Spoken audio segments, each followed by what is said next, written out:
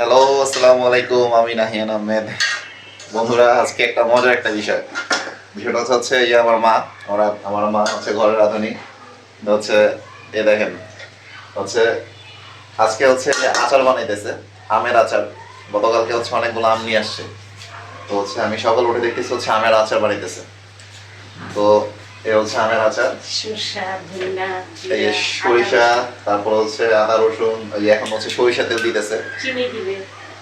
তো আমি আপনাদের রিকোয়ারমেন্ট গুলা বলতেছি কি কি দিছে, কিন্তু আগে রান্নাটা দেখেন। তো হচ্ছে বন্ধুরা, এই দেখেন মা হচ্ছে রান্না করতেছে। তো মা, কেমন লাগতেছে তোমার রান্না করতে? খুবই ভালো।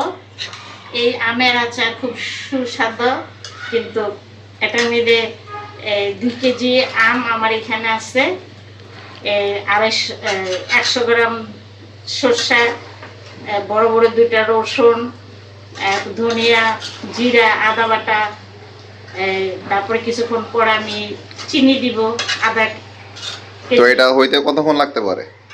এটা আজকে আধা ঘন্টা লাগবে, আবার কালকে একটা জাল দিব কমপ্লিট, তারপর 5 ফোড়ন দিব। খুব মজার আচার এটা, আর আমি খুব আচার বানাইতে ভালোবাসি।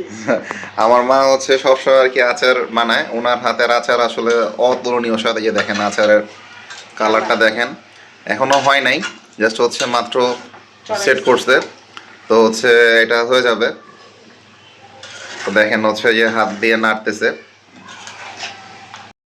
বন্ধুরা, তো হচ্ছে আমের আচারটা হচ্ছে, বুঝছেন, মা আসলে স্পেশালি অনেক আচার বানায়, খুব মজাদার আচার বানায়।